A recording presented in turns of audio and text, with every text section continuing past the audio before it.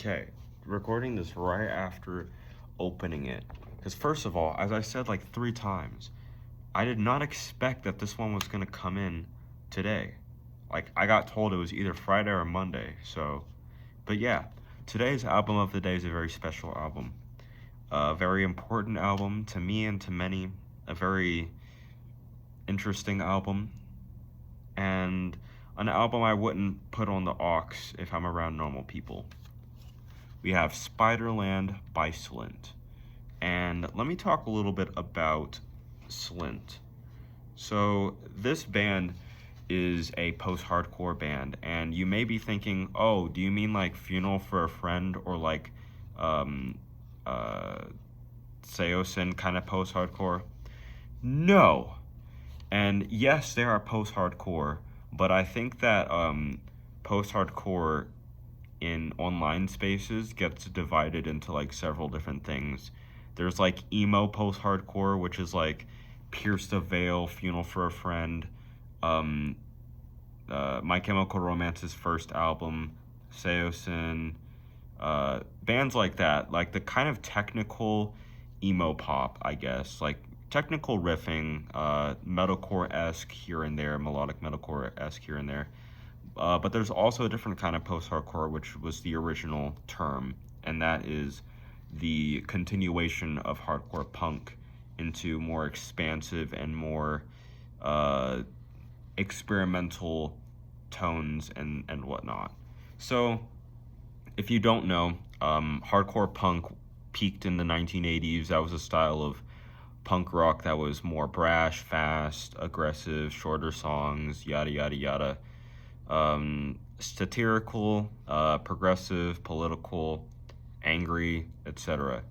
But in the late 80s, some bands, and namely Husker Du, some bands started to experiment with these hardcore, like more abrasive textures and put them into other things. And the result of that was post hardcore. And there are several post hardcore bands, sorry, holy fuck, that came out of this era. I would like to name just two of them because these are the two that's been on my mind recently: Unwound and At the Drive-In. And they're both very different because I think At the Drive-In is more kind of like sassy alternative people post hardcore, and Unwound is like I want to kill myself post hardcore. And Slint kind of leans more into that aspect, but this album is also a post rock album.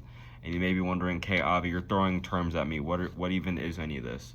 So let's talk about it. So post hardcore is a continuation of hardcore punk.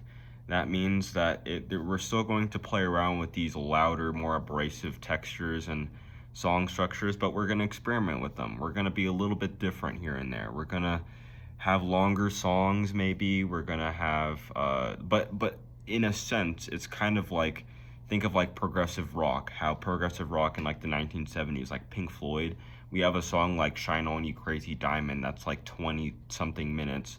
We have a song like that, right? But then we also have like post-hardcore songs that are very long. Like on this album, Washer is like almost 9 minutes long. Good Morning Captain is also within that range of time. And these are very long songs, but they are kind of like a combination of um, progressive thinking in musical terms and the palette of like hardcore music. So these songs do get pretty intense still, but they're not necessarily like hardcore punk.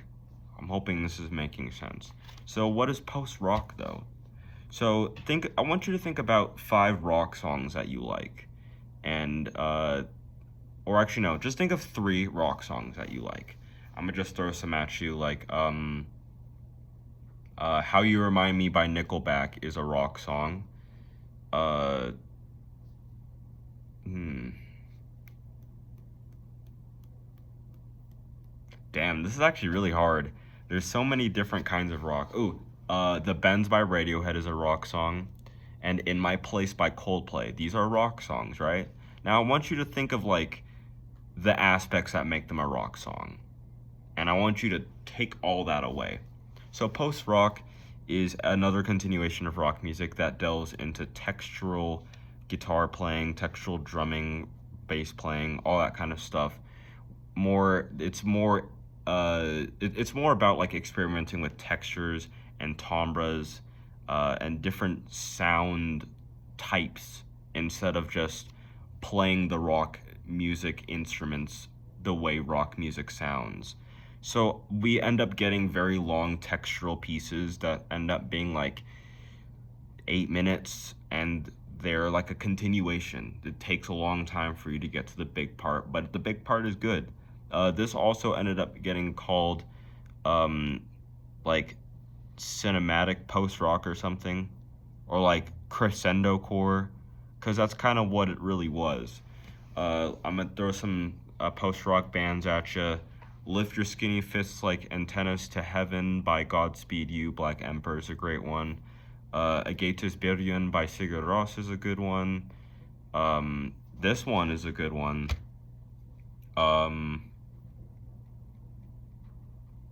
I'll talk about post rock another day. Clearly, I'm too tired.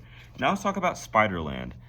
So Spiderland is a very interesting album because it was made by some very, very young people. I'm pretty sure they were either under 22 or within that age range of like 18 and 21 or something like that. But that's what makes this album so beautiful. A lot of these songs delve into a lot of confusion that comes with being the age that they are. Like, my favorite way that this gets exemplified is Don Amon, and I just feel like every word on this just feels exactly like what it feels like to be like a neurodivergent person at a party, and then you realize I don't want to go to parties anymore, you know? When you just watch everyone else doing everything normally and you're just sitting here like, they're doing it so naturally, like why can't I be like this, you know? There's also a lot of time signature play on this. Breadcrumb Trail, the first song is in 7/4 for the most part. Nosferatu Man is in 5/4. Washer is a beautiful song. For Dinner is a very interesting, like it's an instrumental post rock song. Good Morning Captain is like truly a masterpiece in the realm of experimental post rock, post hardcore, yada yada yada type shit. And what was I gonna say? Oh, Washer is also a really nice song because I feel like it delves into like what it feels like to truly like be by yourself and like uh wish for somebody. And like I just genuinely think that you should just take a listen to this. But and tell me, you know, if you liked it. I would recommend this to anyone that likes uh like kind of different sounding music, like not edgy, but like different sound, like left field sounding music, uh, like or like music that's not very aux friendly, I guess, but still has like truly good qualities that make it enjoyable to listen to. Music that's very introspective, and most importantly, if you like post hardcore and post rock, in the sense of like Godspeed You, Black Emperor, or actually no, if you like Talk Talk or bands like Talk Talk, you would like this. Not Godspeed You, Black Emperor, because I feel like they're more crescendo core. And as well, um, yeah, I don't know what else to say.